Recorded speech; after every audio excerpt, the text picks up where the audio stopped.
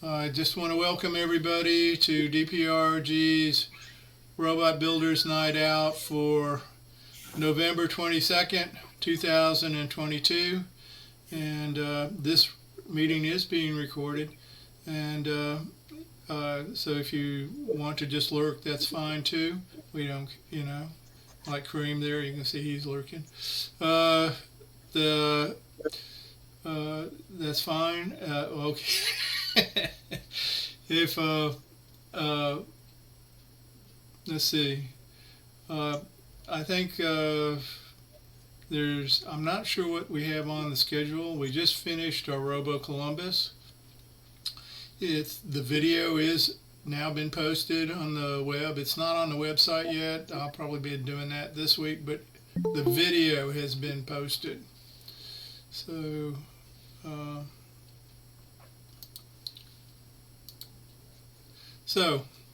with that, let's see if we got anybody who wants to talk. Now I know Chris hasn't been on for a while. Chris, you got anything you can let us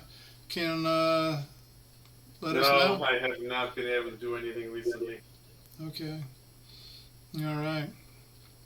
So, have you seen that new OpenCV project that's got a ROS 2 robot that they're got on Kickstarter? I wondered if you'd noticed that. You weren't? No, I don't think I have. Okay. It's a little expensive. I want to say it's in the $350 range. And the robot itself, it's pretty basic, but it's got essentially an OAK-D light in the front and an additional distance sensor in the back. And it's supposed to be completely ROS 2. So, what's it called? Yeah, I saw that. I don't remember what it's called, but I saw that. Oh, I believe it's called Riz, but I'd have to go look in my emails to find out. Yeah, it's but if you just go to Kickstarter and look for OpenCV, I think you'll find it. Oh, and talking about OpenCV, I got a message. I'm going to do a little bit of a presentation here. If I can find it. I just posted a link to it. Okay, cool. I got an email from them.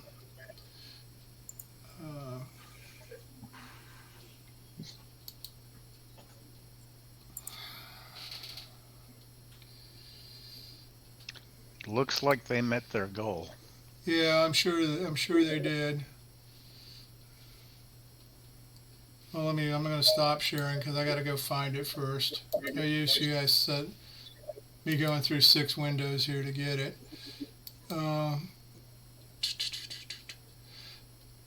Okay. Anyway, they've got this on their email. Now I'll share it.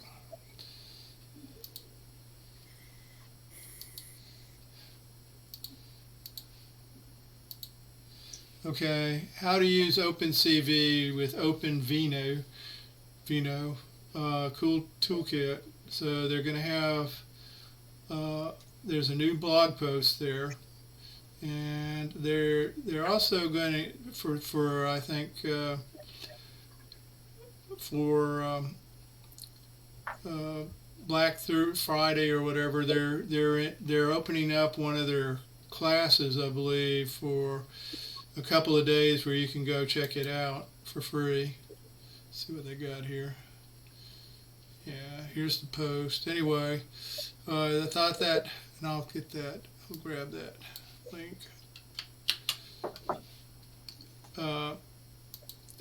For us who have OAK-D lights, this would be something you'd probably be interested in because it has Movidius chips in it.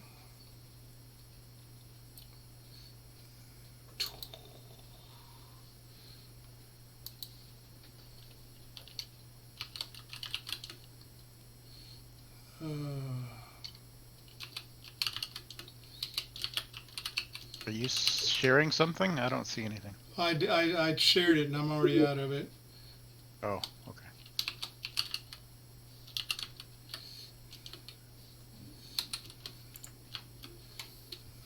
I just put a link in the chat. So that was something that popped by my screen this morning, and I enjoyed their courses in the past. You know, when they're free, I kind of drop in on them. But this one is really, if this blog post is of any use, it's a timely topic, something that I really would like to hear on. So, hey Ray, what you got? Anything going? Oh, I was playing around with the OpenMVH7 and the laser again. In the examples, they had a one with frame differencing, and one of the guys at the Seattle Robotics Society, mentioned that you could use laser as to map out distances in a line with a camera, and then you could also use the camera for like blob detection to find cans with. So one device just turning the laser on and off, I think, could be used as that. Anyway, so I can show you some of the things. It's pretty neat. Yeah. But, should I? Yeah, go in, drop in. Okay.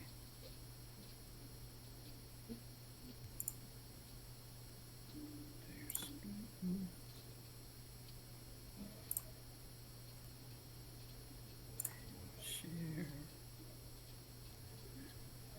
Okay. Do.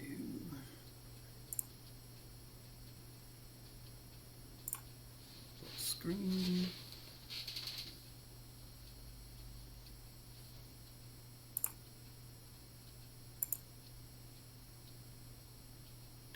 Okay, so this is actually going through. This was the grayscale binary filter example, and it's going through several different things, kind of looking for low thresholds, high thresholds. I only really care about the high threshold, and I haven't modified it, but and right now the laser is off. Okay, now it's on. Okay, so that and the one that I actually wanted to show it, and it'll come up here in a second. Yeah, there it is. So there's that arc there that's kind of moving around a little bit, and that one screen that just went away. Yep. Is the laser. Yeah, there it is there. So, and it's just reflecting off objects in the room. And so it's not very controlled, but it's fairly easy, to go back and forth between, turning the laser on, looking for it, trying to figure out what the distances are. And this is doing it at like a 20 frames per second rate, with the IDE. So it should be a lot faster. Yeah, the IDE slows things down quite a bit. Yeah. So I haven't done that yet, but that's, you can see the laser. I'm moving it around now. Boop. And it switches to the other undesired screens where it doesn't work as well.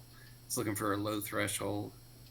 But even, this has got an IR filter and this is an IR laser, but it's still, bright enough that it can see it in the field of view of the laser. So I think it's just a matter of, and this laser, you can use just a TTL signal to turn it on and off. So, because you obviously don't want it on all the time. You don't need to have it on all the time, especially if you're doing like blob detection. So, I was thinking more of, for 6-can or can soccer. There is another one that I thought this kind of goes along with. I think it's under frame differencing. Yeah, that's the one. And this, I think, is more along the lines of what he was suggesting.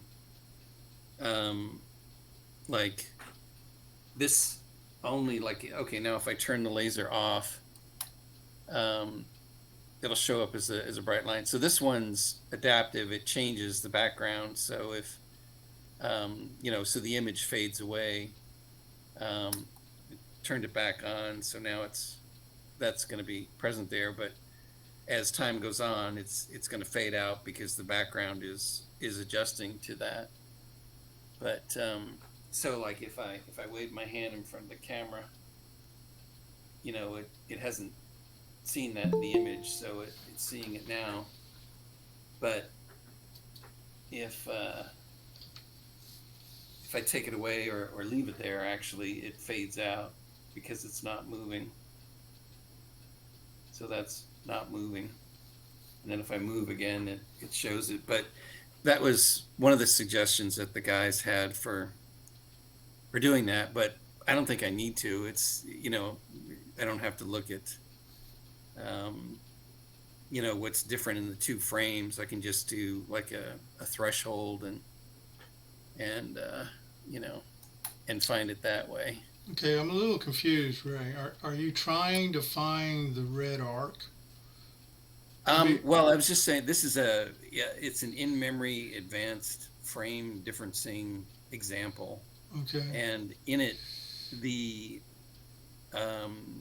keeps adjusting the image that it's compared to. Right. By, it updates it.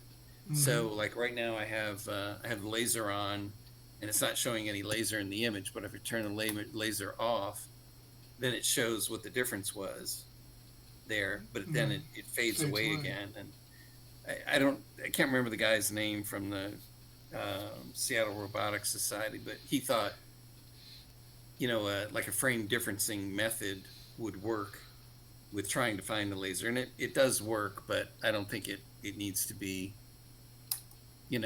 anywhere that sophisticated. I just turned it back on, but again, it's going to incorporate that as the background image. And so the difference is going to fade away. And it's like a T-Rex. It can only see motion. Right. Or differences between That's the frames. a bad movie reference, by the way, but yeah. Anyway, so yeah, that was kind of what I was looking at, but I think the grayscale one, if I get rid of all these the low examples and not high threshold and all that, that seems to work, just as good, and it's a lot simpler like there. Okay, I guess the question I have, Ray. So, yes. I mean, this is still pursuing the idea that if you were looking at horizon and everything was far away, your laser would look like a straight line across your screen. That's right. But if you put a block in front of, halfway between forever and block, that line the line will actually move up. That's right. Okay. Or down in the image. All right. So the problem is finding the line? Well, it's his suggestion was, to take like a reference, a snapshot, a reference frame, I guess you could call it, and then turn the laser on and, do another snapshot, and then take the difference between the two, and the difference should just be the laser line. But it's bright enough that, I can just do simple thresholding. So I can, that's what it's doing here. It's showing that laser line reflecting off images in the background. And these are going to be at different distances away from the camera because the camera is tilted down. So this is actually closer than, say this is. I also have a lens on there that probably doesn't work as well for this. It's a wide angle lens, so it tends to curve the image. Mm-hmm. And I don't really want that. So I need one that's less wide angle than this one is. Mm. But, so yeah, but if it was, I don't know, I think this one is like 100 I don't know, 175, 180 degree lens, if I chose one that was, say, I don't know, less than that, maybe 100 degrees or so, this wouldn't be as pronounced. You always get some, distortion with a lens like that, but it would be less distorted. And yeah, kind of like that one example that I showed before. You could, just go back and forth between the two. And I was get rid of that. Okay, so you can see me now. So yeah, it was just an example of what you could do with, just a simple camera like that. And then I wanted to try to use the ESP32 cam because it's really cheap, and see if that would work. And so, I forget what they go for now. I think maybe under $10. Yeah, I want to see. You get 2 for $10 or something like that. It's real cheap. Yeah, I know what you're talking about. Oh, is it? Yeah, I know they used to have them at Micro Center. I think for 2 for $15 or something like that. Okay, yeah. Of course, they haven't been there in a long time now, so I don't know if they're ever going to show back up. Anyway, it's just like a really cheap camera system to do, distance detection, and you could also use it to do blob detection without, a lot of cost. I mean, a laser with a line lens on it. One of the infrared ones, those seem to be the most common and the cheapest. Probably less than $10 for the whole setup. Yeah. On the laser, I don't know if this could. I don't know all of the details, but I will tell you this: I got my first shot at a green laser lately, and the strength, you can see the beam a lot farther than you can those little red ones. Oh yeah. I mean, a lot this is actually farther. an infrared one, so you can't really see it. Well, looks like a faint reddish glow. Yeah. So I'm just saying is, you might, because all of those line lasers, all those things are the fresco lens that they stick on the front of it. Right. So you could just put that on any laser module that you wanted.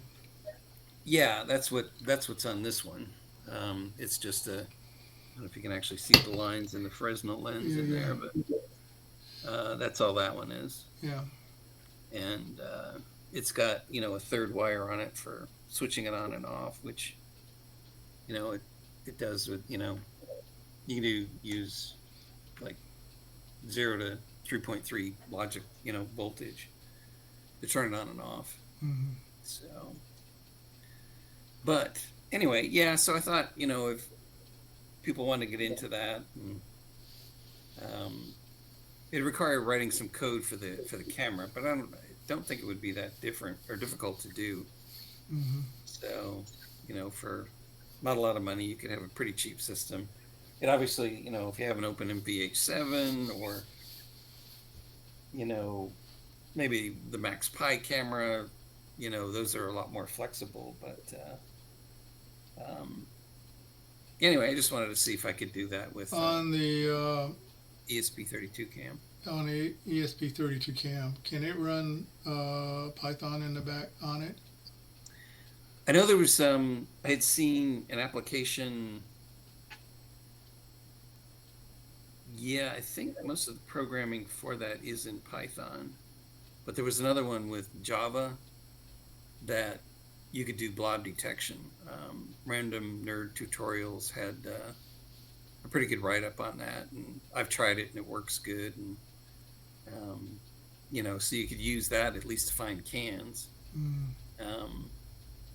So, yeah, I'm not certain what it would take to modify it. Just like this thing, all I do is send out like an X value for the can, the centroid of the can, or the color blob.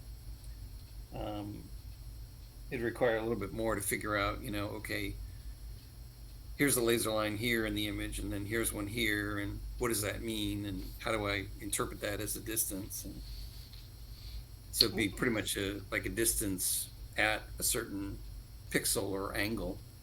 Here might be an idea though, instead of trying to handle the whole line. Okay, so you've got a blob, right? Mm-hmm. All right, so you've got basically a blob box around the blob. So you know the X and the Y coordinate and the width and the length. And so why wouldn't you could take the two sides and just detect the laser on the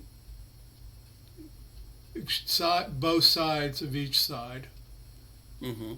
Otherwise, maybe 5 pixels on the left of the border and 5 pixels on the right of the border.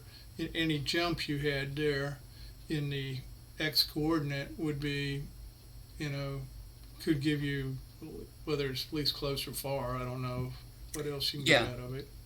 Yep. Yeah. So instead of trying to deal with the whole line, you just try to deal with those two borders. Yeah, I didn't think about that. You could, it's not going to be on like one set of pixels, a line's width. It's going to be several because the reflection isn't perfect, and it's going to be on several. So several pixels or across several pixels. So you could look at that as a blob and say, okay, here's a blob, and where's the center of that, and that kind of thing, because it's most likely going to be in line segments that are up and down in the image, or blobs that are up and down across the image. Anyway, so the TOF, I just got a notice, and I know some of you've supported them on that TOF distance camera. They're supposedly have shipped half of them, and the other ones are going to ship as soon as they get your address. So since I gave them my address, I hope mine's in the mail. So. Yeah, me too. I got that same notice. It's like, okay, it's supposed to be shipped in November. November's, we're almost at the end of November. Where's my stuff? Yeah. So hopefully that's we're gonna get it soon. Yeah. I don't think my number is a backer. I think it was like 682 or something. So I may be in the the last batch or something. Who knows? Do you remember what your number was? No. No. I have no idea. But I did hit it on I think day one, so I was probably pretty low. Yeah. Yeah. Yeah, I thought I tried, but something weird happened, and I don't think it took, and then later on did it. And, it actually seemed to work that time. Yeah, I try to get to be the early bird or whatever it is if it's something I want to push. Yep. Okay. Well, all right. Harold, what you got going? Oh, this and that. Pretty much for the moment. Some shrimp primavera from the HEB that I got going on there. Oh, okay. Well, that explains the happy look. Yeah, it's pretty good. It says right in that first section, you go in on the grocery side, and it's a grab and go thing, but I can show a little bit off here. You see a close up of Harold, you'd see sauce all over his face. Yeah. Exactly. So, this thing here, I'm sure most of you won't recognize, but this was John pointed me at a breadboard balance box, and I've been using this guy's sort of math design to do my BB high, and I'm having some issues, so I'm like, okay, this is 3D printed. I can get some wheels. I can do all that stuff. Let's just build it as the guy built it and see what happens.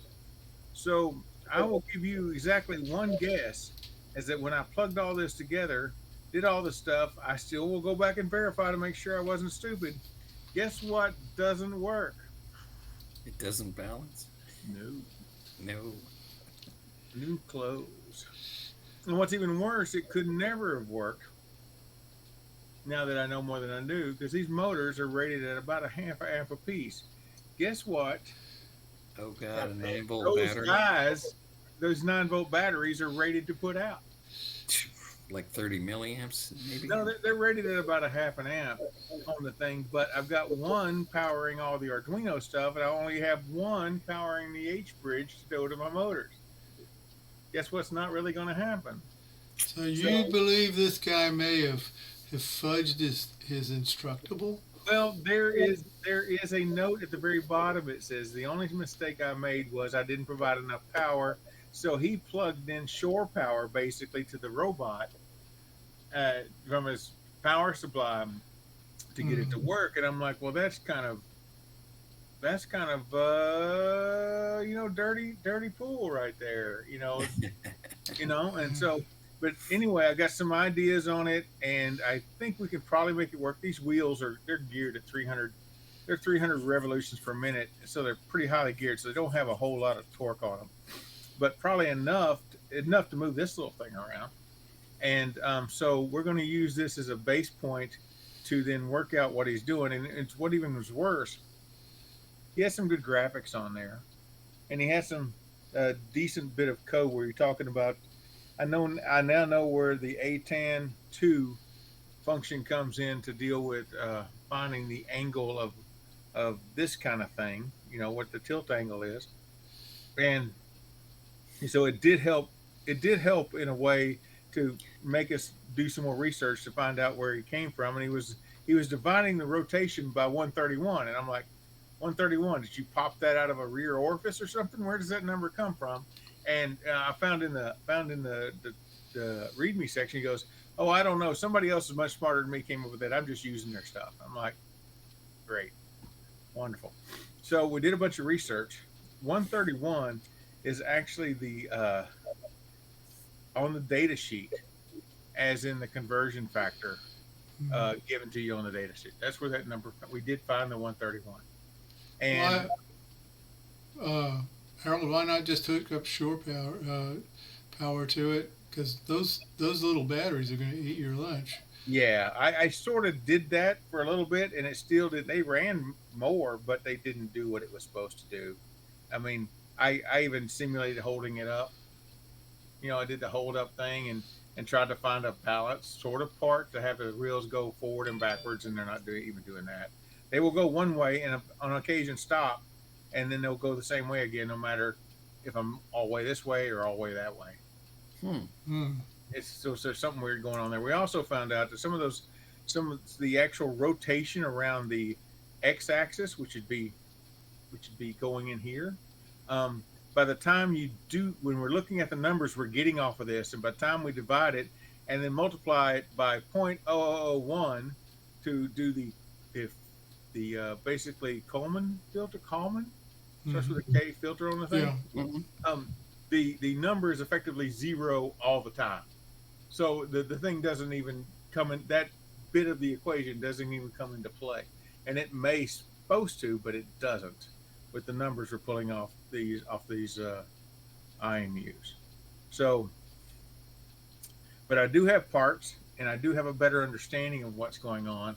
So I think we will do some more things and playing with it. I did find this little, I got 10 of these. I had to go have 10 of these things. They're basically a dip H bridge that'll push half amp. The other cool thing that I found after getting all of this, as much as I make fun of the Drone Bot Workshop, I'm not making fun of him because he's a smart person. I'm making fun of him because I usually have to have 2 shots of caffeine and a pot of coffee to watch an entire episode. I always use the 200 speed. That helps a little bit. Very, very thorough and very, very good. And because of him and some of the other things I was worrying with, I got some of these. So let me show you something you may be able to use. I'm pretty sure every one of you is familiar with that. Yeah. Yes. 298N, right? Right? Yeah.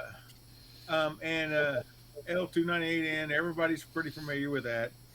And this is basically using a transistor based technology to Yeah. get what it's done. It's rated at about 3 amps per channel, which is good, which is probably more than most things, and especially the little robots here I'm building.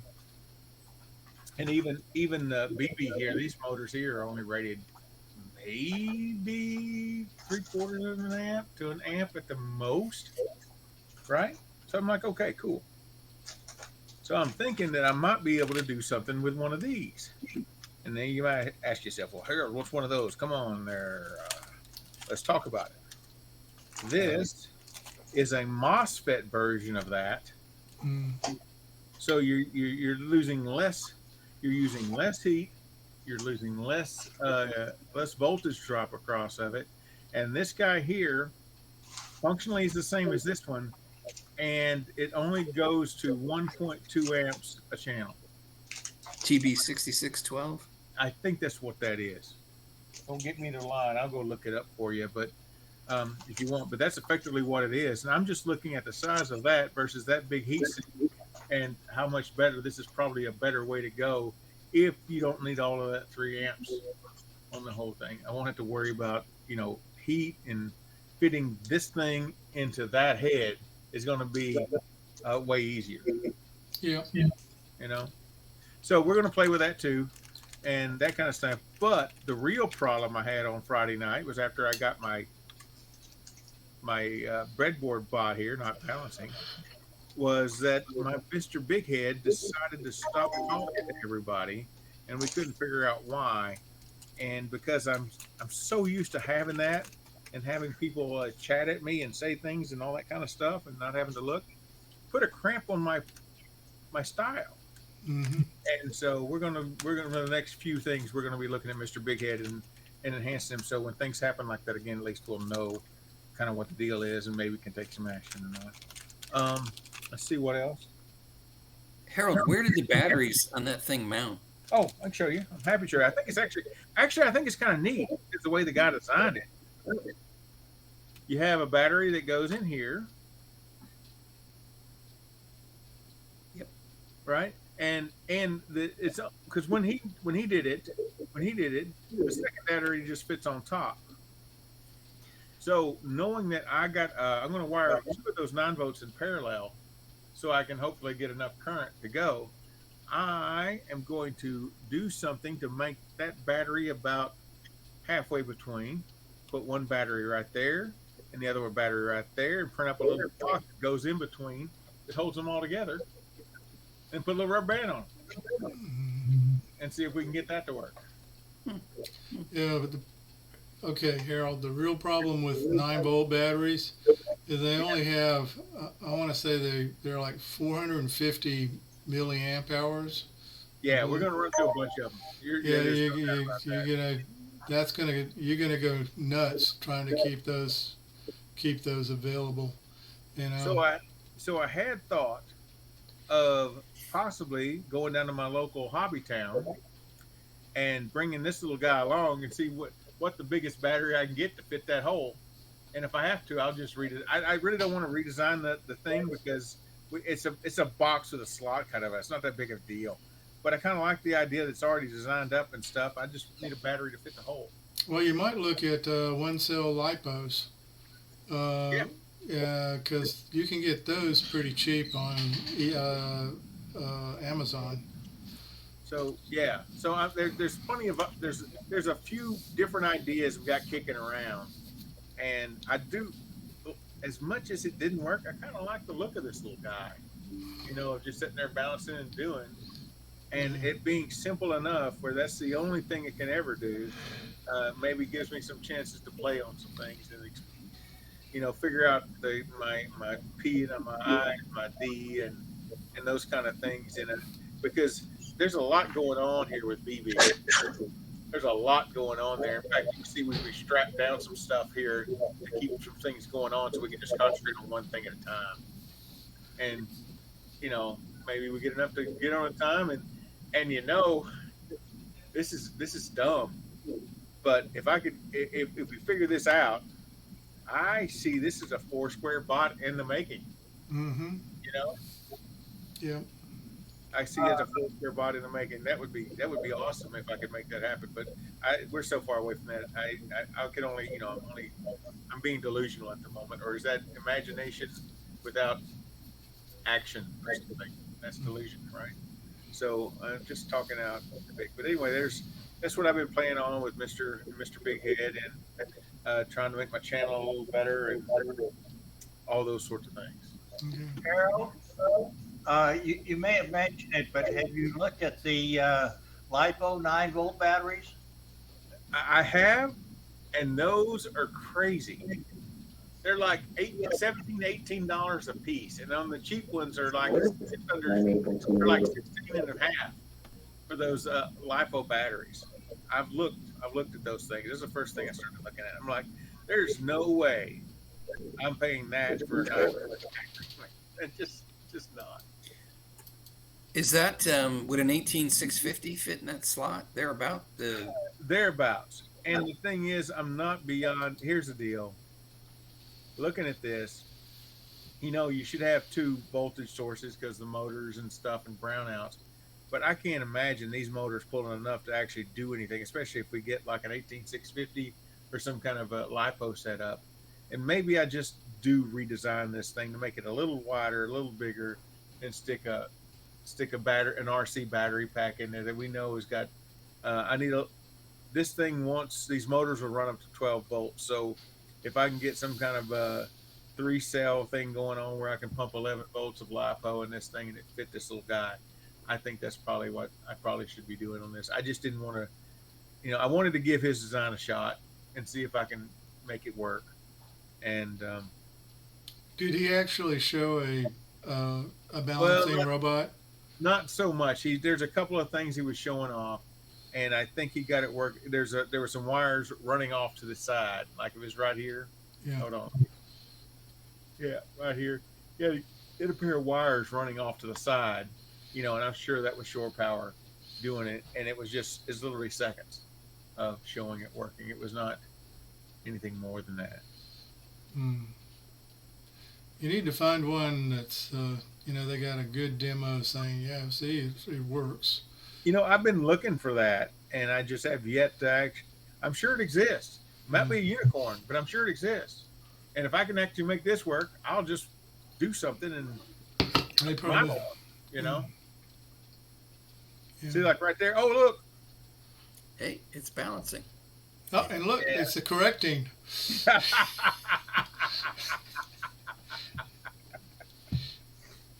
No, but I will tell you, I have learned a few things with this, and also being with you folks as well. That I used to think if you weren't doing something like Ray does or what's his, I don't know, I'm forgetting names now. Scott? Scott does, and the big and the whole thing, you weren't really doing robotics. But the truth is, this guy right here is talking a whole bunch about a whole bunch, and I didn't realize I thought I knew. It was really amazing. Really amazing. Hey, Harold? Yeah. That video you was talking about from Drone Bot Workshop. Yeah. Yeah, I bought some of those drives. Is that the same drive you got? Can y'all see that? No. No, I can't see it. It's pretty blurry, ain't it? That's weird. Yeah. Yeah, I think you got to hold real still. That one video, Drone Bot, has about, I don't know, half a dozen different motor drivers in Pull there. Pull it back. Mike, pull it back by your face. No, we can't see it. And I'll tell you, it's a really good video. It's just really boring. It's a DF. This is a DF robot driver, and it's that TB6612. That's what 6612. Yeah. That it's $4.50, and I bought 2 of those. I'm gonna try them. So Yeah, they're good. You find a lot more of your battery voltage is actually applied to the motor, whereas on those L298s, These 298, Yeah. you're dropping you get a lot of drop across the. You're dropping a Yeah. lot more due to the transistors and how it works, and it all comes out as heat. Yeah. and it's so But see, here's the size of it. You were showing it, but here's There's a reason why this that thing is is smaller than a quarter. Yeah, it's tiny. Yeah. Look at that, as opposed to the old the classic right there. Yeah. Yep. So I haven't tried it yet, but I've got two of these I'm gonna play with. So Give it a go, because I think you know, this holds a current, and he did a couple, 2 or 3 of them, and he finished off with something that the bigger bot boys would probably use, that, you know, that they're going to push, you know, 40 amps, you know, but these aren't going to do that. But for these little guys like this, yeah, for that.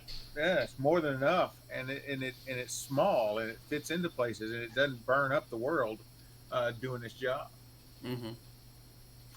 And your battery Yeah, Blue will use those quite a bit.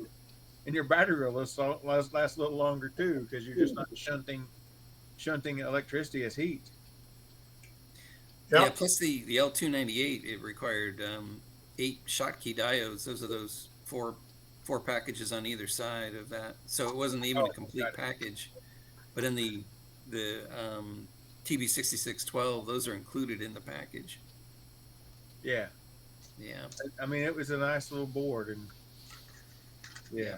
So I don't know how old that 298 is. That may be 25, 30 years old now. as the heels, I think there's, you know, it's at least as old as I don't know, maybe Doug. It might be that old. I don't know. If much as that old, It's definitely old. Yeah. Yeah. I'd have a guess. No, Yeah, at least 20. But John, thanks for the recommendation showing me, because even though this thing didn't work, I've learned stuff, which is still the main goal of why I'm doing what I do. So Actually, you know, one of the things you could do is you could mount the batteries. You know, you need bigger wheels, but you could mount the batteries below the axles of the wheels, and the thing would pretty much physically balance itself. Balance itself, right.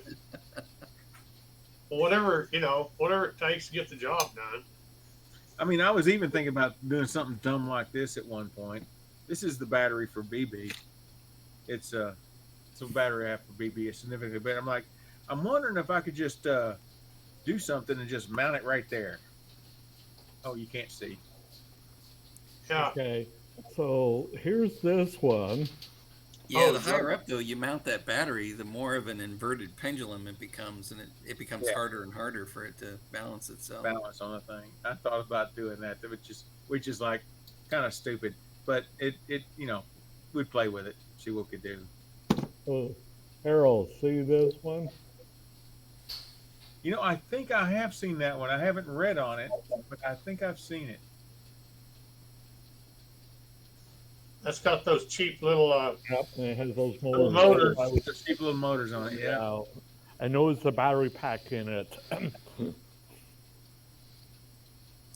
Yeah, it's having a hard time, and I'm not being awe-inspired at the moment by this. I know, but I'm There's just, a lot of It's a good start, though. I mean, all of this stuff is all fun, and you learn a little bit as you go. And but it seems like the key is this tuning of the values. But I mean, that's where it really gets into, yeah.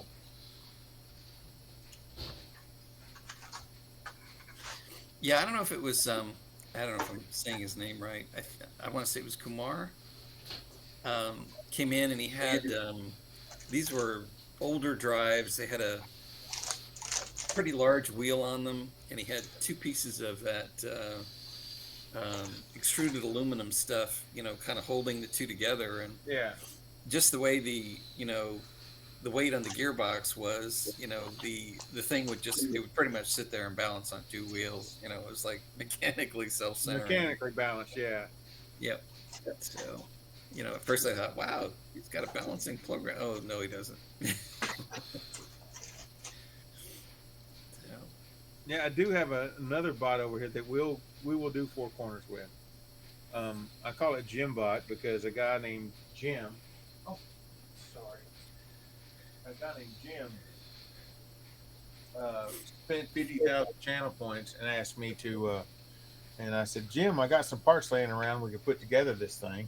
Here, I'll show you overhead of it. So this is Jim Bot, and you can see he's got 1 wheel out of place. because I've got a whole set of these wheels. I just haven't replaced them. They're better wheels than these things. And this is a Circuit Playground Express on a cricket board. And we got a buck converter here and some batteries. And it programs with Blockly, which looks like Scratch, but is JavaScript based instead of Python based. And I promised him next time he'd come along, there's nothing to stop me. You know, skid steer, not that accurate as can be, but it comes along. We would program this thing up for Foursquare and give it a try and see how well it goes. Mhm. I mean, as far as it does, I mean, that's pretty much.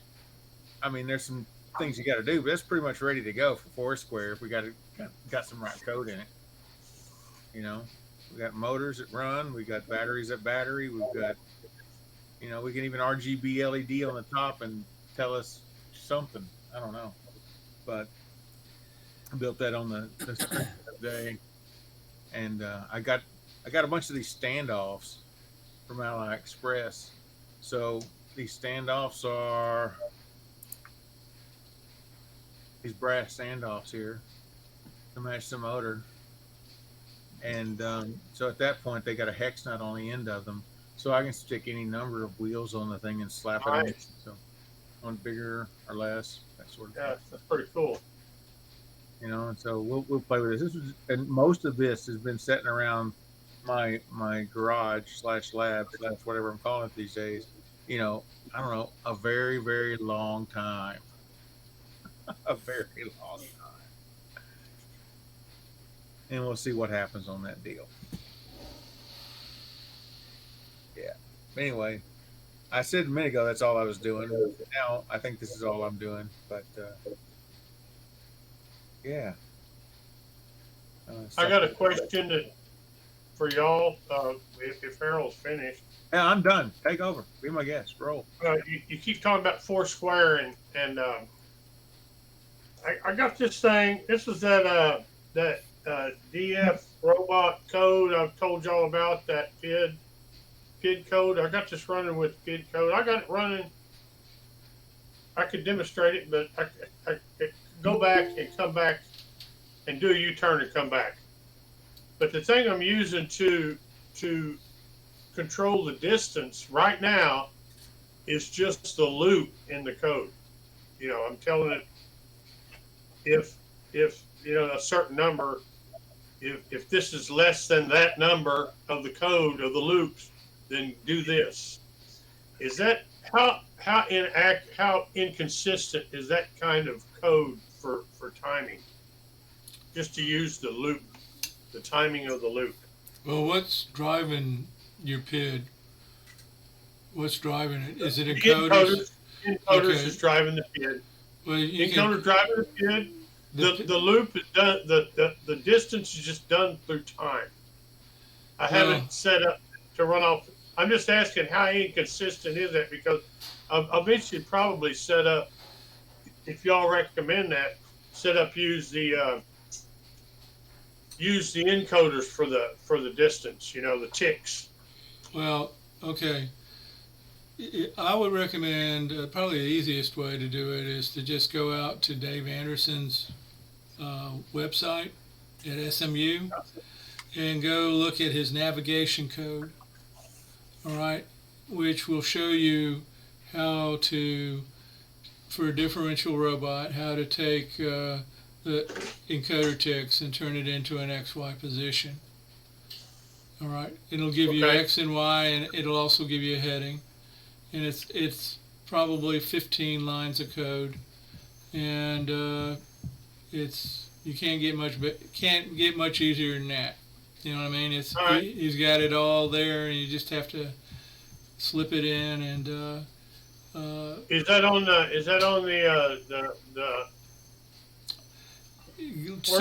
located on our website, on the robot website? Search David Anderson in robots, I believe, and I think that's all you have to do. Now, you can also ask for navigation.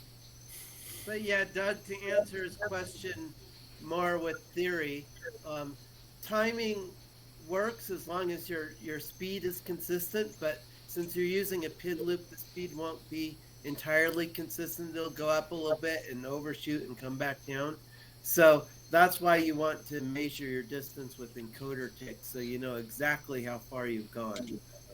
Yeah, I kind of knew that, but I knew that's where y'all was gonna say, and I wasn't opposed to it. I just haven't done it yet. Yeah, I'm just saying that. you know, the clock on an Arduino is very accurate, down to sub-millisecond level, so that it's going to be accurate, your timing. It's just a matter of the speed is not going to be consistent. Yeah, and I think It's, the other, you know, It's working. Let me demo this thing for you, and I'll do a little Okay. demo for you while Okay. we're talking about it. might as well. Let's see it, All Mike. right. Gold star, I maybe. wouldn't want to, but it'll just go back. I think I could use it like this in the four corner thing. Well, you know, we also have one. What's the name of it? There and back or something. Yeah, I remember y'all doing that a long time ago. So here we go. It's gonna go out of the camera, and it's gonna go under my desk and then come back.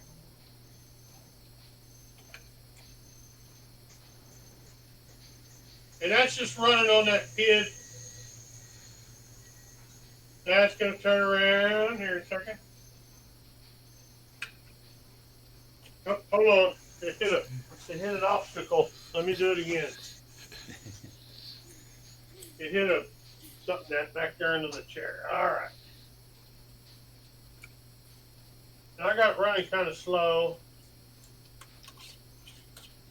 By the way, Mike, how big is your shed? 10 by 14.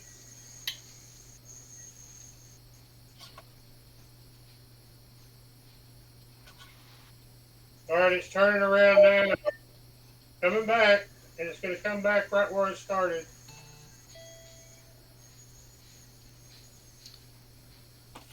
Now you can tell your wife she can come out now. Nice. Hey, Mike, you can tell your wife to come out now.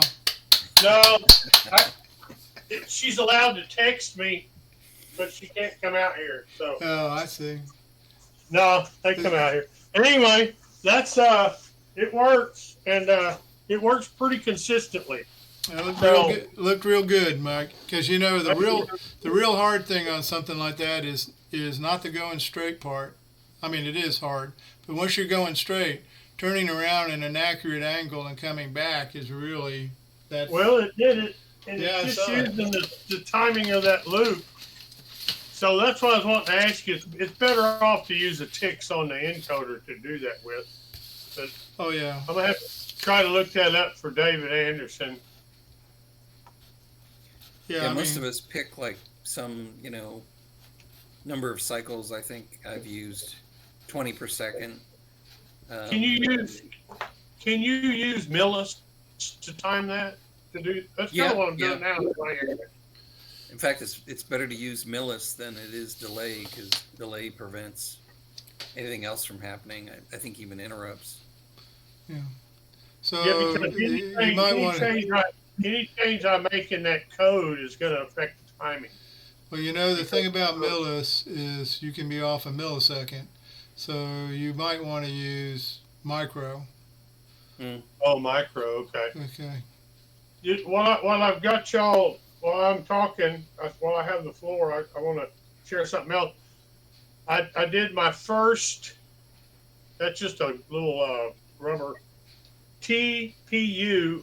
I did my first TPU print yesterday on an Ender 3. Cool. Which worked out. The only problem with, I know Harold's done this. I don't know if anybody else has on an Ender 3, but what got it working was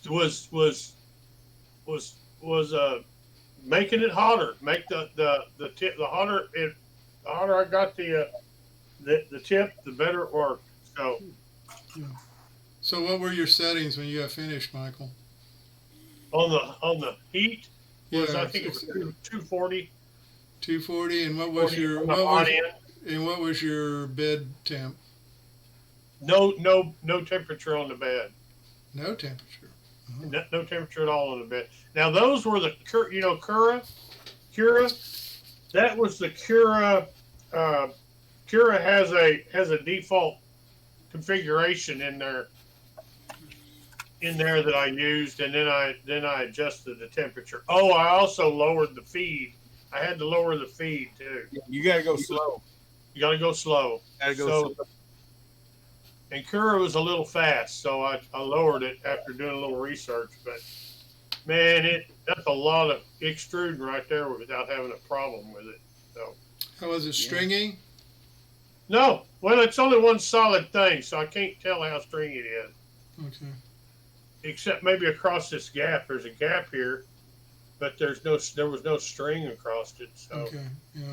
The problem I've had is I've had to always cut back on the retraction so much that I end up with strings. So. With TPU, you don't typically retract at all. Yeah, that's what I'm saying. Yeah. Especially with a direct drive. You guys, I don't know how it is with a Bowden. So, Same way with the retraction for that stuff. Yeah. Well, yeah, that Ender 3 is a Bowden, so it's actually pushing a rubber band through that tube, which is I find it a kind of hard thing to do, but they're doing it. It's kind of like laying a rope on the ground and pushing it, trying to push the rope along. Yeah. So, let's see what else. I got one more thing I want to say. I don't know if I'm interrupting anything, but No, go ahead. Is the TPU like NinjaFlex? It is. Yes, it is NinjaFlex. It's exactly what it is. It's just the generic NinjaFlex is like a proprietary name for it. Oh, okay. Somebody's like Saran wrap. trademarking. Like Saran wrap. Yeah. Yeah, this is the generic name, TPU. Okay. So I'm going to start with a guy by the name of Paul McWhorter in about 3 weeks. He's going to start see if I can show this. Well, I don't need to show it. Anyway, he's going to start he actually knows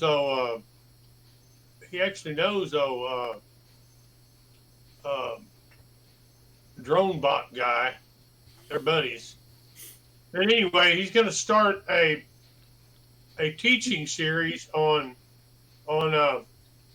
Raspberry Pi Pico W with a MicroPython. So he's going to do a MicroPython teaching series. And the kit, there's a kit on Amazon. It's just one of those kits. Y'all have seen them. See if it'll.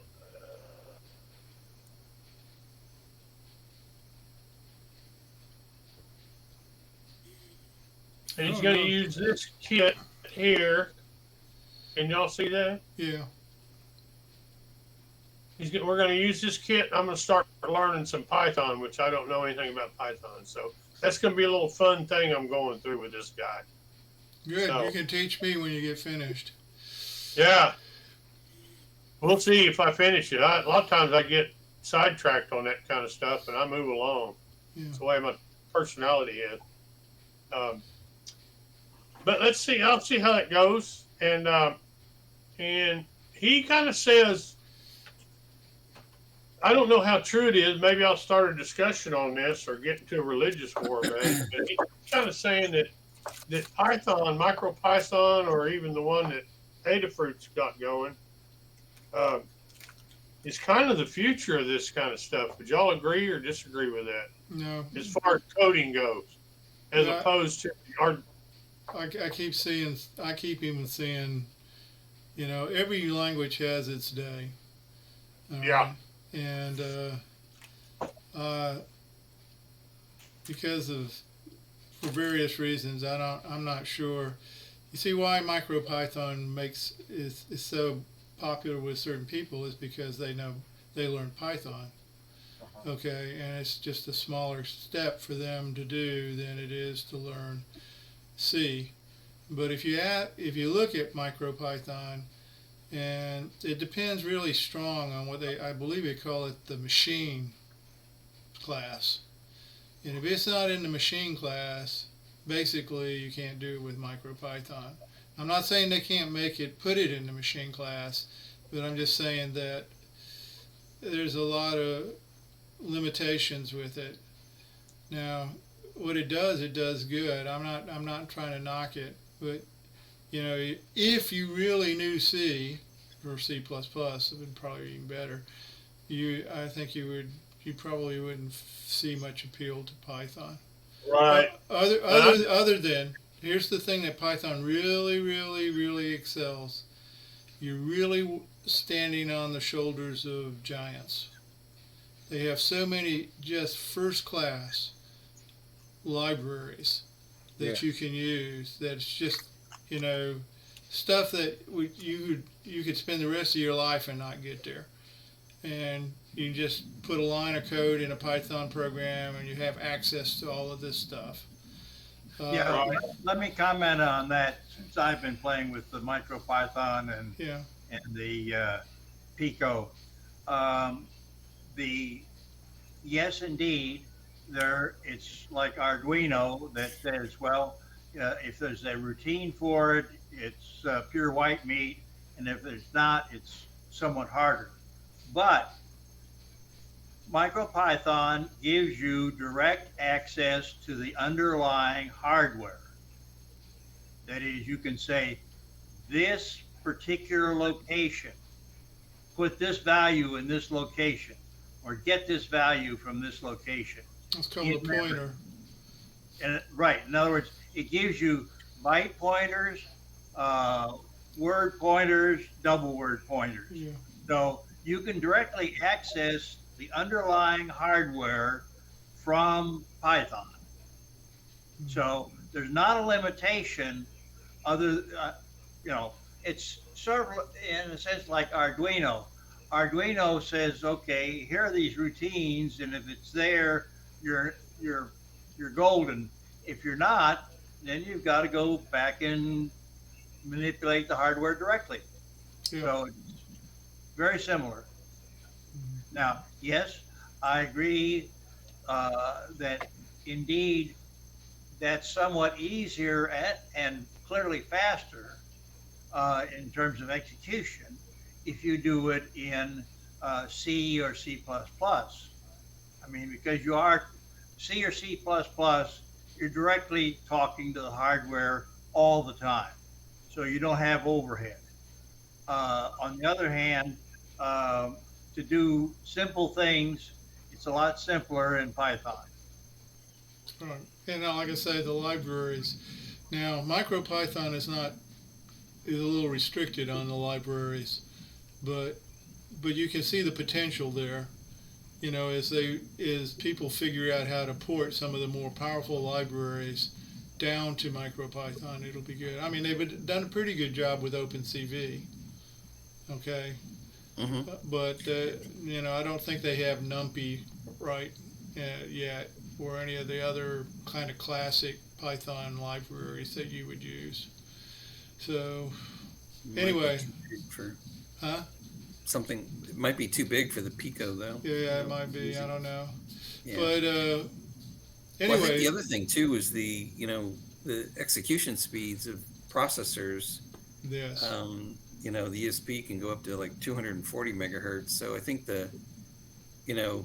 C or Python is interpreted, but processors now are so much faster than they used to be just 10 years ago. And Yeah. Well, I don't think is that's that so in much an issue. MicroPython, you can actually tell it compile this down to machine language. They're so-called what is it called now? I bet it's some kind of pre-compiler. It, You it, still do it Perl and that kind of stuff and go ahead and pre-compile all this stuff. It's an extra step, maybe. no, it's called Viper. And what it does is it actually emits machine code and executes machine code. And it takes more space than if you'd done it in C, but it lets you get right down to the hardware. It's called Viper. Viper. I'm sorry, my hearing's not very good. Viper. B V as in Victor. V. Viper. Yeah. Yeah, exactly. Well, Python is a snake, and Viper is the Viper, yeah. poisonous one. Anyhow, and it instead of executing it as an interpretive, it does essentially emit the equivalent of C code, and it has the advantage and disadvantage in that in Python, you have unlimited sizes of numbers. Okay, it can be as big as you want. Whereas in Viper, you are limited to essentially what the hardware will support, which is 32 bits. You can't have doubles? I don't think so. I don't think it okay. It supports directly what's in the hardware. Okay, so you're saying it doesn't, what do they call it? So like you wouldn't have an 8-bit, it would be just, everything would be a 32. No. It allows you to do 8-bit, 16-bit, and 32. Okay, well, that's not too bad. Okay, but it's all integer. And actually, in some respects, it gives you a little bit more power in that you can define things as being signed or unsigned integer so that you get rollover in the way you want it. Mm-hmm. So, like I said, it basically, the MicroPython obviously at some level is actually talking machine language. Okay. Viper essentially says, okay, instead of emitting the byte codes, emit what that byte code would do. So in other words, it essentially compiles it into not really efficient, but a lot more efficient than interpretive code. So in other words, it compiles, the Viper compiles cool. machine code. That's good information, Dave. So, I mean, and there are, if you go look at it, there's a presentation that the fellow that came up with MicroPython, where he shows the performance running MicroPython, running precompiled MicroPython, running Viper, and you can actually do assembly. You can actually put assembly code in. So you can actually, if you want to, You mean you can have an assembly code routine? Exactly. Now, his example is where he actually uses assembly to toggle a bit and shows that, it's 300 times faster or whatever than the MicroPython would toggle or, flip a LED. So you do have the ability. Now, is it as easy and convenient as if you were doing it in C or C++? No, not quite. But what it amounts to is that do it first in MicroPython. If it's not running fast enough, then you can resort to these other things. Or if you have to get right down to the hardware. See, in MicroPython, you can actually get to the hardware. You can say, in a sense, put this value in this register, okay, in MicroPython. You don't have to go Viper or anything else.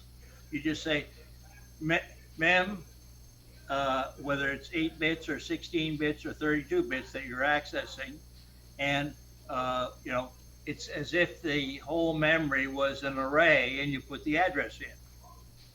So you can actually access the hardware directly in MicroPython. Can you Now- can you go straight to the registers? Yes, absolutely. Okay, because that would allow you to do things like set all the pins in a port. Absolutely. You can actually get to the pins in the port.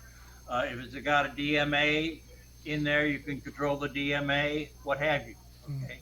Now you have to go look at, you are now down at the hardware level to where you have to go say, here's the register that I want to put these bits in, and what are the bits I need to put in there. So, as you say, if somebody hasn't done it already, it's going to be tough. But essentially, there's, as I see it, there's not anything that you can't do. Now, you may have limitations, as I said, in terms of performance, and it may not be as convenient to get right down to the hardware as if you were using C or C++. But you have access to it. Are there MicroPython systems that have multiple cores, and how's that handle? Yes, the Raspberry Pi Pico is a dual core. Yeah. And the way you get at it is that it's got a threading defined. And so if you stick something in the thread, that goes to the second processor. So yes, you can put stuff to one processor versus the other. You can definitely on a RP2040 hit the second processor and see.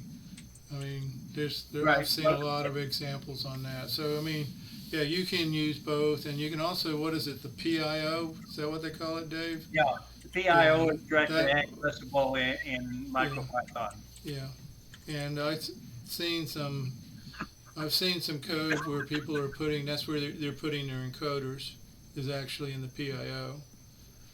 So Yeah, and one example that I saw was where somebody was using it and had used 8-bit output from the PIO and was doing 1 byte with a R2R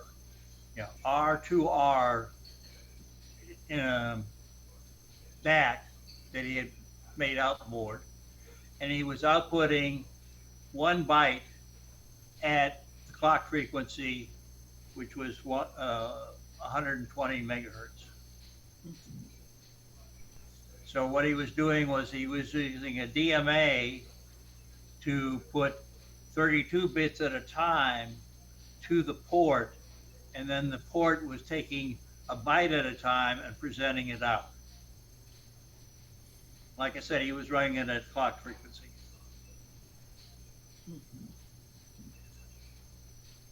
yeah, there's so many interesting things now that it would be fun to work with. I mean, the 2040 just begs to be used. It's so cheap. Yeah, but it's just hard to get into. Well, I mean, not hard to, but I mean, you got other things that you're doing, and it competes. There's one from Micro Center that are $4 a piece. Yeah, but I really like that board that you showed me, Dave, that has it on there with some motor drivers and some stuff, and it's like $6 a board. I mean, it's No, I'm sorry. It's more like $9 or $10, but oh, yeah. okay, all right. But it was really. I mean, it was basically a robot, if you wanted it to be. What board was that? Shit, you got it there handy? Is that one of the Pimoroni boards? I will. No.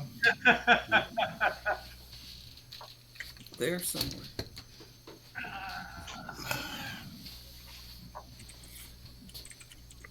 Well, in the meantime, while they're looking that up, Errol, I found this, so you might want to look at this. So, let me. Okay. So there's this one. Okay, use those cheap motors, it looks like they use 4 AA batteries.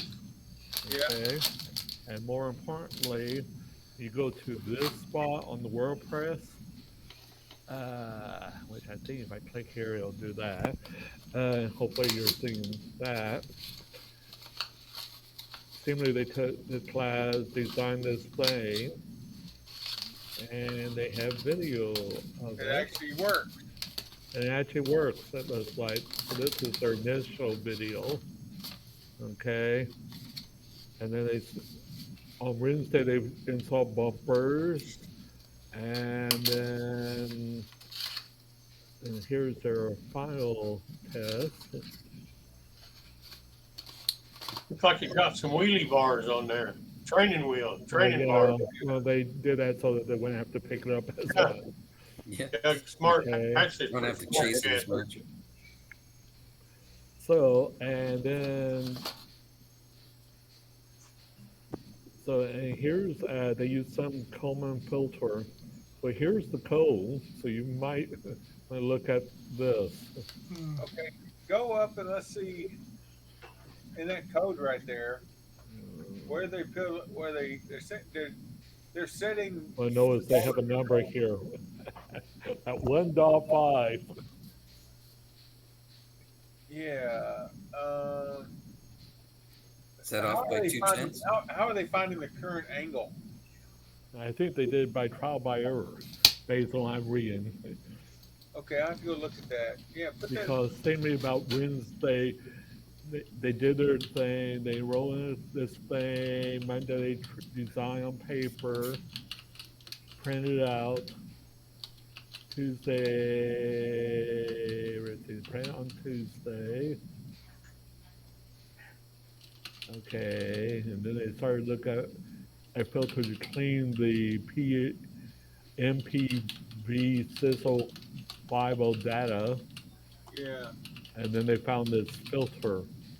By the way, that MPU 6050 is probably the most popular IMU on the planet, as I've come to find out. And it's also hard to find these days, and they don't know when they're going to get the Adafruit had a thing on it. They say they don't know when they're going to get that back, so they're looking for a replacement for their stuff. So then they found this filter that they use. Yeah, and then from there they fine tune it. Yeah, post that link up there, man. I'll check it out. Okay.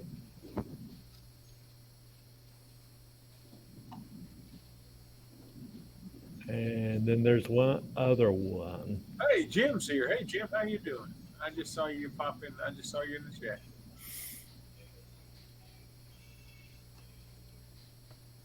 Ooh, look at that. Okay, I got that open to be looked at. So those two are related. Okay. And then there's one other one that might work. So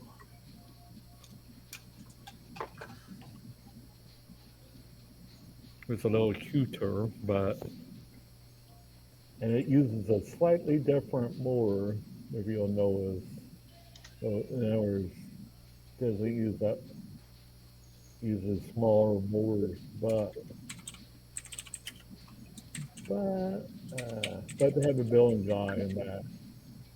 And they're using Python. So this one looks like they have lots of documentations on it, so it may be worth it. Yeah, well, it kind of looks cool. I mean, it's got it looks cool. An attitude, you know, got an attitude. It definitely has, see the face, it definitely has attitude. Yeah. So I like the attitude.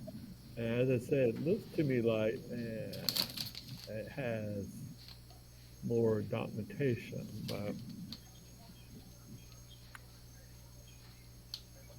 Counterweight. Oh no, that's kind of cool. Because look, Yeah. they're adding weight to offset the, and its hand is dealing with it. That is really cool.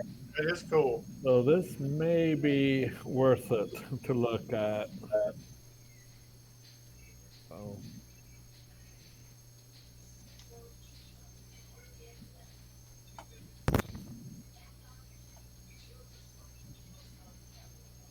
Oh, those are some kind of like phono plugs or something? Yeah, Banana it's- jacks? Wait, yeah. Dual banana or single banana jacks, I think. Thought maybe it was gun parts or something.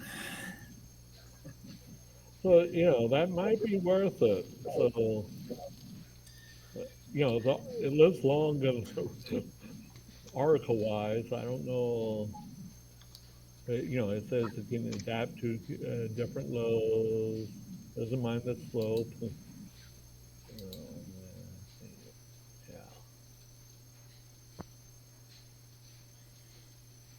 Yeah, I was trying to think the face of that robot. It was on some cartoon. Futurama?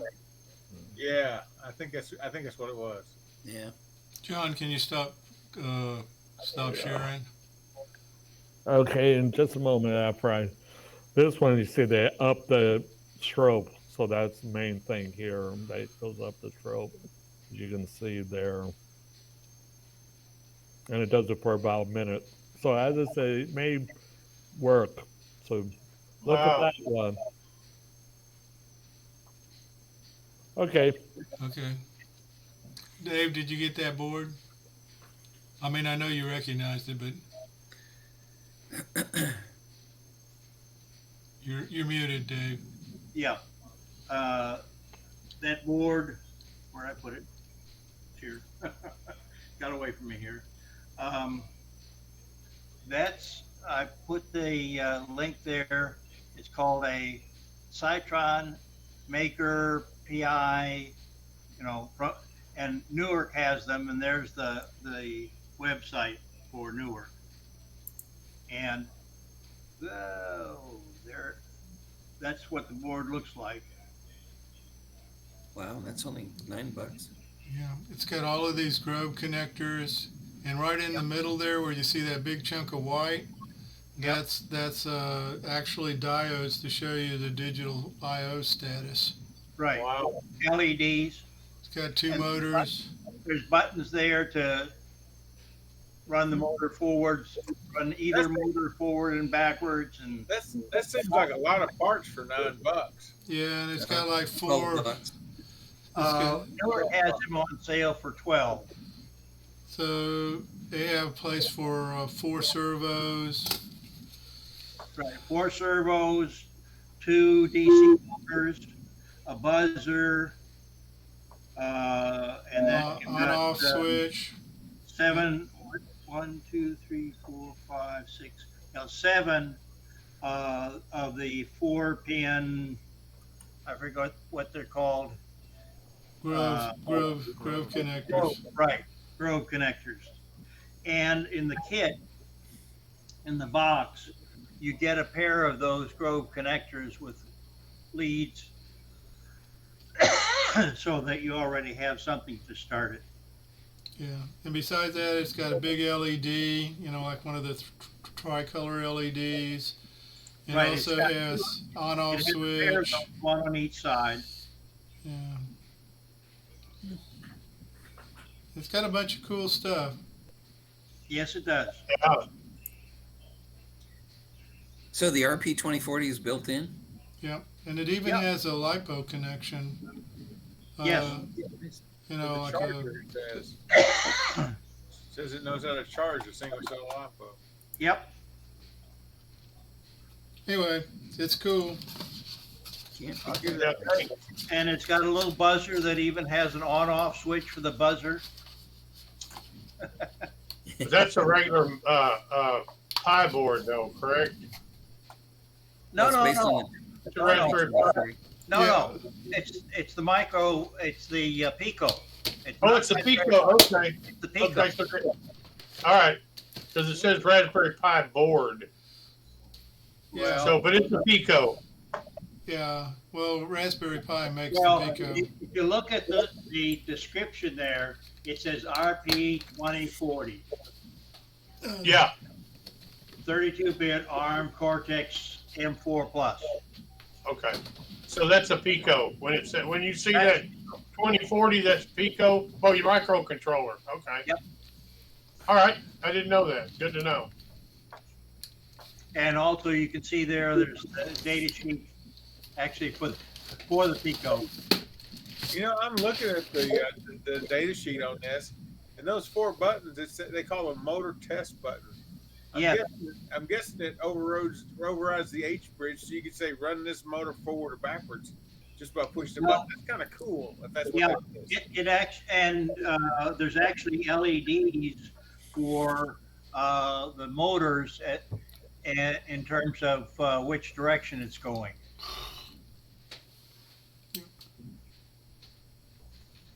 Nice. It's a really neat board, It is nice. Yeah. and it's like I said, you know, it's $12 plus shipping from them, and you can also get them from Citron. Can you So there are a number of sites you can get it from. can you try and see if they get it from Mauser, Dave?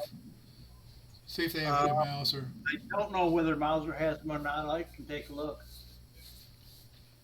Yeah, that link I'm is looking right now. I don't think Mauser has them, but that's all right. They do. Mauser does carry those Citrons. Let me see here.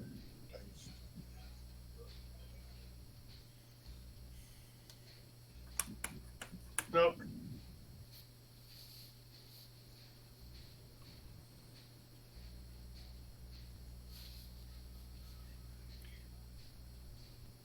No, You gonna make a cup of coffee for us, Jack? Not quite, but I can finally dispense one cap.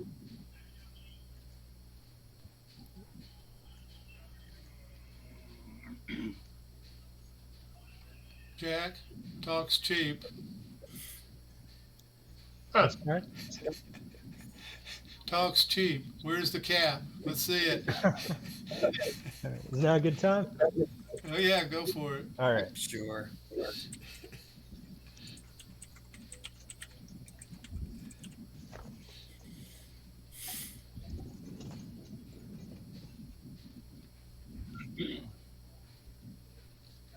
All right. Gotta wait 15 seconds and then should dispense one cap from right there. There we go. There we go.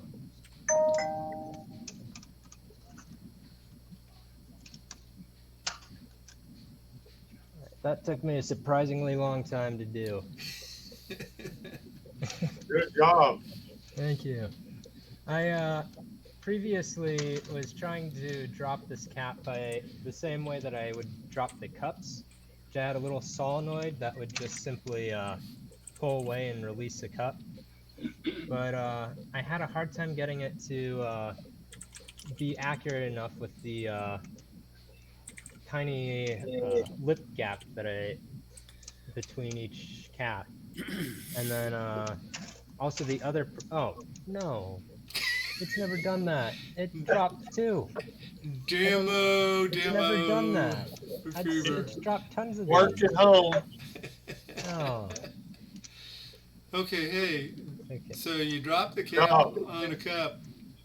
Yeah, Do you have anything that's going to push the cap onto the cup? yeah, that's what this this big thing over here is. And that I have tested out, and that seems to work pretty well too. The only problem now is I'm drawing too much current from my power supply. So I either need to go through and my electronics and make sure that I've got my wiring, like there's no problems with my wiring or anything. And then I'm gonna try getting a new power supply. Hmm. It should be good wiring wise. This is the I've been pretty careful with all my how I solder all my electronics and put it all together. But I was wondering, do you guys have any recommendations on any good power supplies for like AC to DC converters? How much do you need and what voltage? Well, the one that I currently got is 5 amps, so I'm thinking maybe 20 amps Holy and crap, 12 that's- volts. That's a lot. That's going to be expensive power Yeah. supply. Okay. I mean, I don't know. That was more of a The guess. question I have is, Yeah. what's using that much current? I think it's my stepper motors, because right now I've got 5 of them. Yeah, but Do you? they're not all going at the same time, right? 3 of the little ones are going at the same time, and then I Steppers always mean, draw it doesn't matter current. if they're moving, right? Even if they're stationary, they're still drawing You a know, large amount of Yeah. current, right? Yeah. They're not when gonna I draw was a wall, but they're gonna draw current. Yeah. Yeah. Right. when I was building my claw machine, Yeah. it has one, two, I think 5 stepper motors. I built it with stepper motors, and if I didn't turn them off, Yeah. they would just even stationary, they were still drawing current. Right. Okay. And I stumbled across that just by my bench power supply. And I noticed that the current was staying on, so I had to actually tell some of them to shut off Okay. to cut Holding current. torque. Yeah. Holding current, yes. Yeah. How So much did I had that problem. I don't know if that's yours. Okay. Yeah, I'm just thinking for 2 of them, I guess actually I can turn the current off on one of them, I guess. And then the little mini ones I can turn off, I suppose, but I'm not really sure how to turn them off with the controller I've got for that. But there's got to be a way. What size are they? Like NEMA 17s or NEMA 23s or? I don't remember. I'd have to look it up. Yeah. Mhm. Yeah, the I 17s are salvaged ones you'd find one on of a them 3D from. printer. Yeah, I salvaged one of them from my old 3D printer. Yep. those are 17s probably? Okay. Yeah.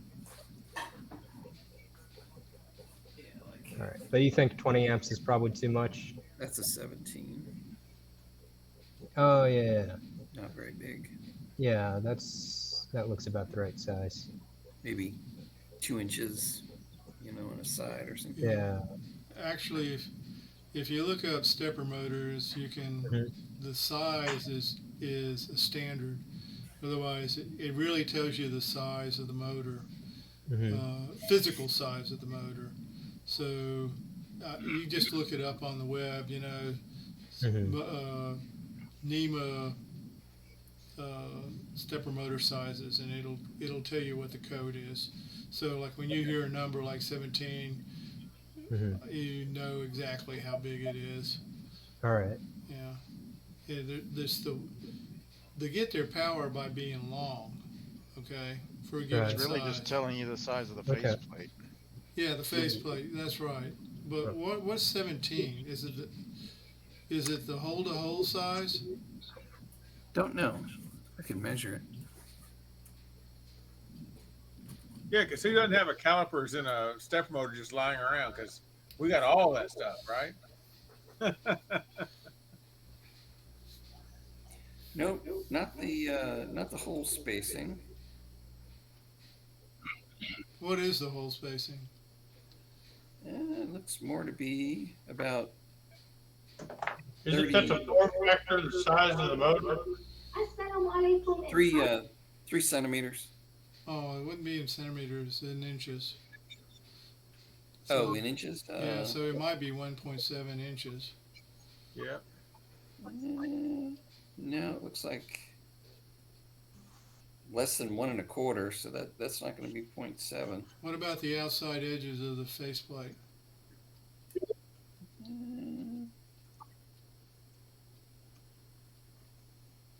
Well, it's like 1 5/8, which is like 1.625. Yeah. So it must be the outer edge of the faceplate for 1.7. So 17 is 1.7 inches. There's a 17. Yeah. See what are you looking for? The outer edge? Yeah, just curious. 42 millimeters. Yep. That's what I got. Guys, okay, so 42 divided by 20. Let's see. 21. Don't know what that 17 is. Doesn't seem to correlate to anything. That's Divided by it's 25.4. Yeah, it's So- 1.65 inches. Yeah. So rounded up, that'd be 1.7.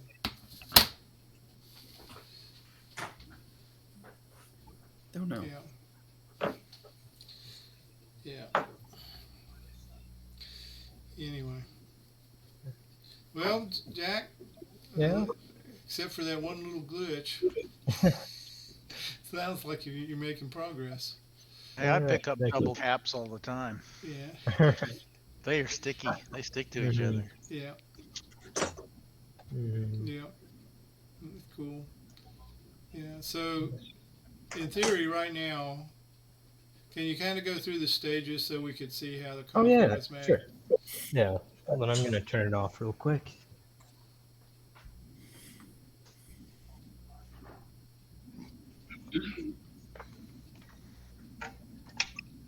All right.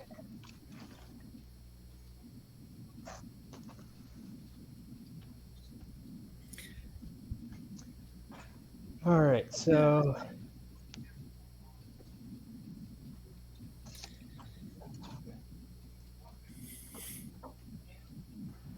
So it starts by first calibrating by lowering the gripper all the way down until it hits the sensors. Then once it hits the sensors, it goes and will raise up the gripper until it grabs a cup from here, where it will release the piston and then it will pull down one cup. And then it will move the cup over to a syrup section, which I haven't printed out the dispenser for that yet, but the electronics actually works for that pretty well. Where I've just got a I don't remember what type of a pump, peristalk pump on it that will spit out the syrup. Then it will move over to the coffee section where it will get the coffee, which the coffee maker will be right here once it's ready. Can you guys see? I'm not Yeah. sure if I'm Yeah, holding well- it right. Okay. Yeah. I've got my laptop. So, and then it once it gets the coffee, then it will move over to the mixing station where it'll mix the syrup and sugars and coffee together. And mixer over there, and then it will move back to the coffee station where it will add some froth and steamed milk and stuff. Then it will move to the cap dispensing section where it will dispense the cap, and then it will move over to the cap press spot where it will drop the cup onto a base that I've got here, and the press will come down, press the lid on, and then it's done. Where does it go then? The, Then- Does then it? you Near me. pick it up. Huh? Then you just pick it up. Oh, okay. Probably, I do have an idea for having it. I mean, this whole wooden thing's more of a prototype. I'm Yeah. planning on making a final steel version, Mm-hmm. and I'll probably have a better presentation for once it's all done. Mm-hmm. Cool. All right. Okay. So do we get our choice of like, French roast or cappuccino or espresso? Yeah. Oh, Once yeah. you're done. Yeah. That will probably be the last thing is the coffee maker, just because of the price. Yeah. And also wanting to have an app for it. That's more just for the experience of making an app. Mm.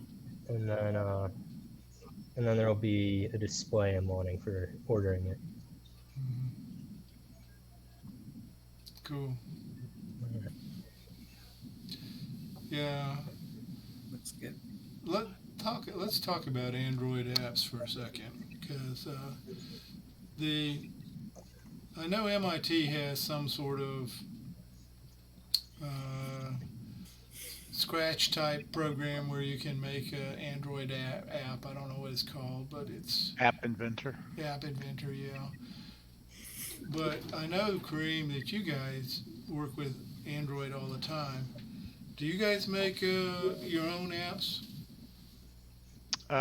Yeah, we don't use App Inventor. We use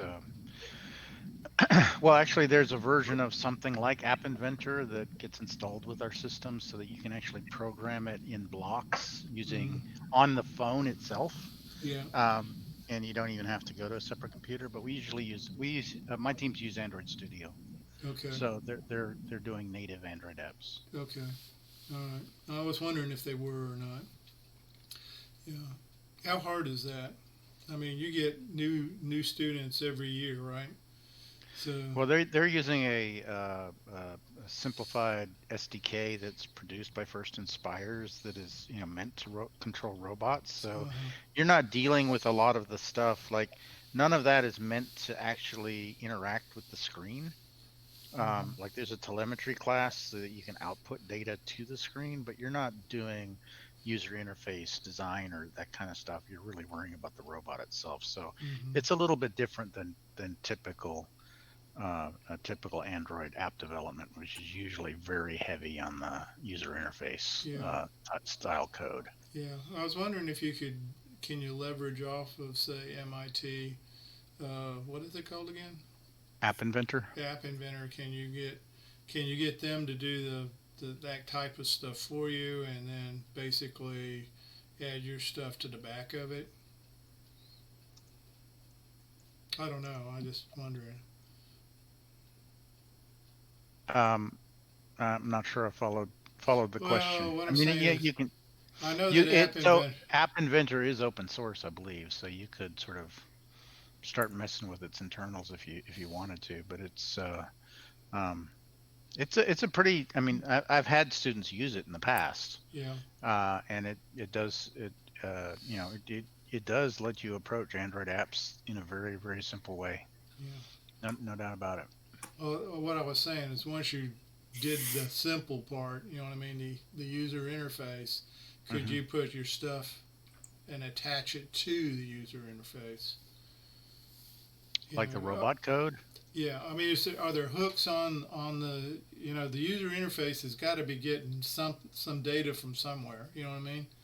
Yeah, I know, but they have like things to connect to data sources and Oh, like okay. there's a pretty extensive block library if you like Hmm. for you can even do things like connect to the GPS on your phone and that kind of stuff. So it's got full support for sort of the common built-in sensors on a phone.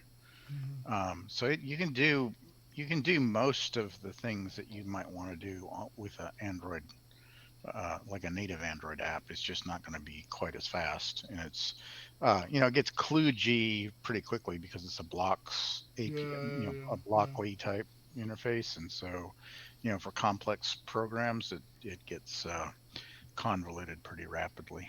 yeah. Hmm. So how do you get information out of it? Through the USB connector or Wi-Fi You or? mean when it's on a robot? Yeah. Yeah, it connects via USB to a lower level dedicated I/O controller, basically. Um, that Rev produces. Oh, okay. Yeah, there was another one many years ago. Actually, it's still kind of going, but it's called Yo-Yo IO, Mm-hmm. and that is also you connect your phone to a USB thing, and it has like a couple of H bridges on it and Hmm. a sensor breakout, digital I/O pins, that kind of stuff. And basically, it has its own protocol over USB that talks to those low-level peripherals Hmm. to get data from them. Yeah, I remember seeing a real, well, it wasn't simple to me, but it was a simple app where it was taking the phone picture and doing a blob detection on it. And then in the bottom of the screen, it had two blocks. And if the blob was to the right block would turn black, and the right block would turn white. And you were supposed to put two color sensors or something, and you were supposed to really be detecting the color of those two blocks that were on the screen. And it was using you, otherwise, they were driving you around by two blocks in the bottom of the screen, picking up the light sensors, picking up whether they were dark or white. I thought that was interesting. So, You can go pretty far with it. Like so, while most teams don't use user interface code or yeah. code don't like try to deal with that. My team did because they had OpenCV running on the camera on the phone, Mhm. and they were able to do blob detection, and they'd even you can get a preview of what the camera's seeing directly on the phone, and that's sitting there right on the robot, and they sort of it wasn't enabled by default, but they figured out how to enable the touch interface, and so they could just sort of touch the part of the screen that was highlighting the color, where the color that they wanted to see was located, and it would sample the pixels under that, and that would become your color target, your hue Oh, value. yeah, cool. And so it could, different environments, like the objects were always the same color, but in a different room, different, lighting conditions, it could look very different. So all they had to do was, calibrate it right before the match, and it would work in that venue. Hmm. But most teams don't do that. And these days we generally don't even um, use a regular phone. We use the Android controller that's built into what's called the control hub, which is that I/O expansion hub combined with an Android um, quad core system built on top of it. That's And it doesn't Vex. actually, I mean, it that's, doesn't. No, this is Rev. yes, Rev. That's a Rev Yeah, product. yeah, and it doesn't actually have. I mean, it has an HDMI output if you wanted to for debugging purposes, but um, there's so many ways to not even need a screen that most teams don't even try to hook it up. Oh. Well, have you heard anything? What is Vex doing? I mean, Rev just seems to be tearing them up. Uh, Vex is still going strong. There's actually a couple of Vex teams that just started up this year at the high school that I coach my teams from. yeah. And yeah, it's still going.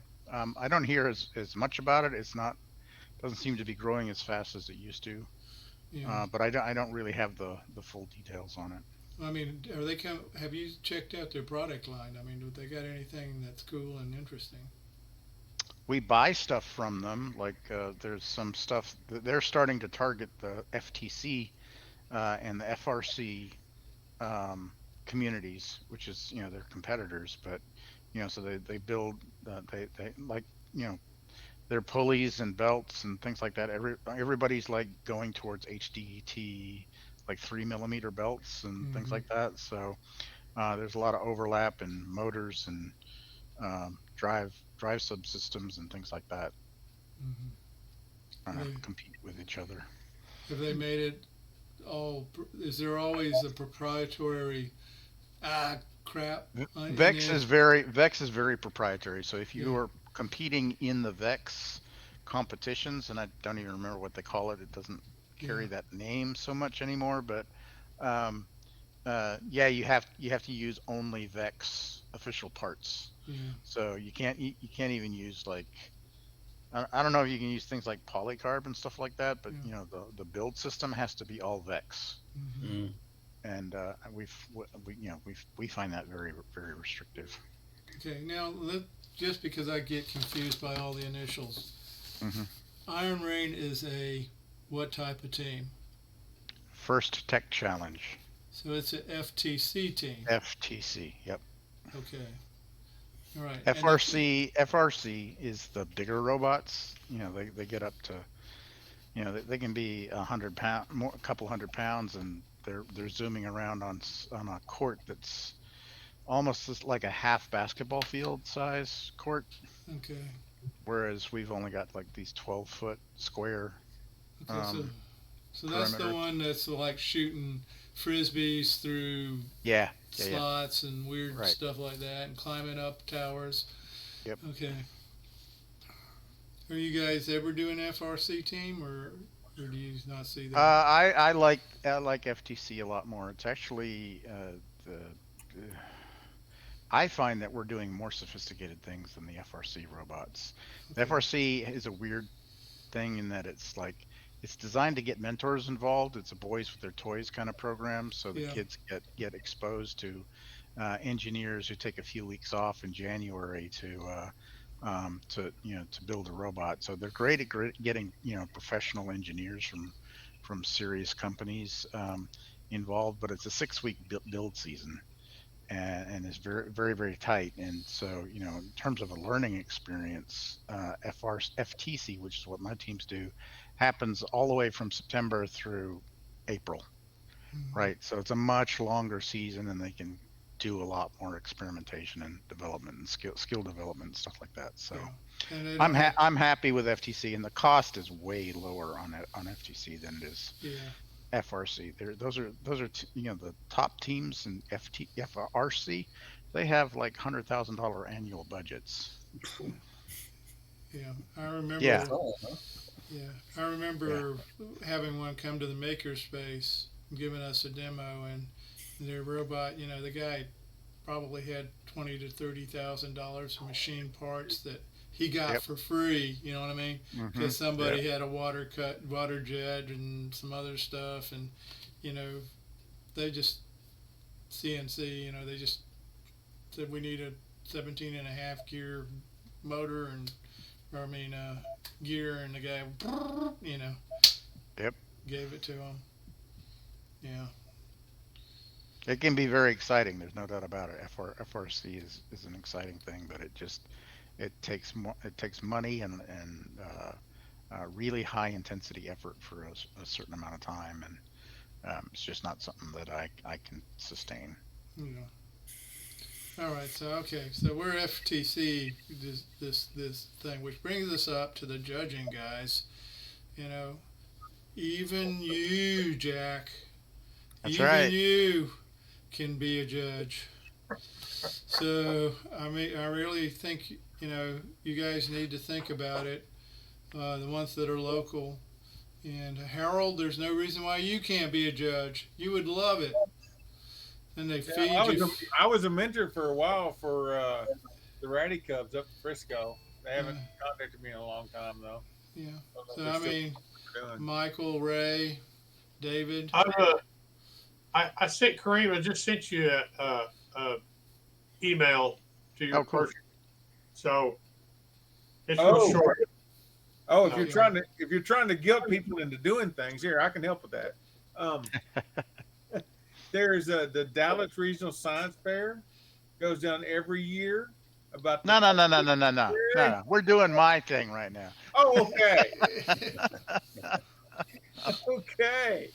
No poaching, huh? And no, So close. no fluorescent T-shirts either. Yeah. Well, that's a whole other story. But, Yeah. So, yeah, and you did, Kareem. I'm putting you on the spot here. You did promise us food, right? Yeah, there's going to be food for volunteers, absolutely. Yeah, And a T-shirt. And a T-shirt. That's what we all need, a T-shirt. Okay. All right. So Harold, really, 10th of December. Yes. 10th of December. Get down there. I think you get down there about 7. I think. Isn't that about right? 7 or 8. Yeah, 8 o'clock is the last call for. That's when judges need to be there, absolute latest. Yeah. Yeah. So I would try to get down there around 7, and it's fun. And like I say, if you can't stay for the closing, which if it's your first time, you probably will want to do, but if you don't, you can leave around 3 o'clock. So. Yeah, as soon as deliberations are over, yeah, some judges will take off. Yeah. Okay. Well. So is there a link to go sign up for that, or we just shot? Yeah. Harold, did you not get deep? And anybody not see Kareem's message, because we have had trouble. Okay. I didn't see it, but I have his email address. Okay. That he Hey gave Jack. out. Hey Jack. I'll forward you that message. All right, thank All you. right, but I I'll also. probably- are you under 7 protons on the mailing list? What's your Yes. okay? So I should be able to see if you've been kicked off the mailing list. All right. Okay, I don't because think we've been having people dropped off the mailing list, and we don't know exactly why. That's correct. All right. Thank you. Okay, all right.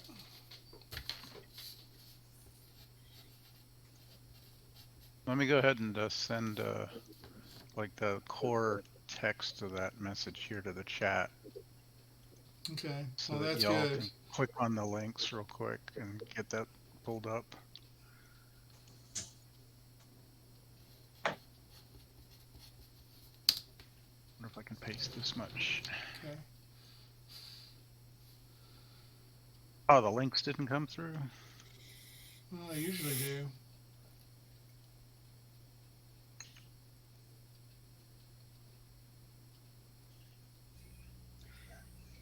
By the way, I Aren't put you out, aware?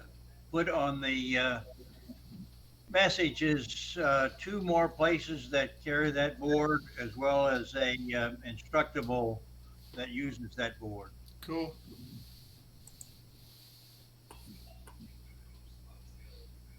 All right. So I see 2 links. Correct. Yeah, do the first one to register, and then the second one to actually find the event, but wait, and then the second one until you've got your account created. Yep. It's a lot of fun, guys. A lot of fun. Okay. Okay, and I'll send you a link. I'll send you the copy of the email. All right. Do we have anybody else who has anything else to say or wants to do?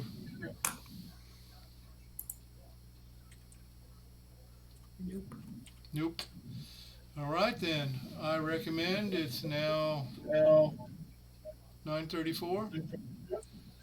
Probably a good time to hang it up. So bye guys.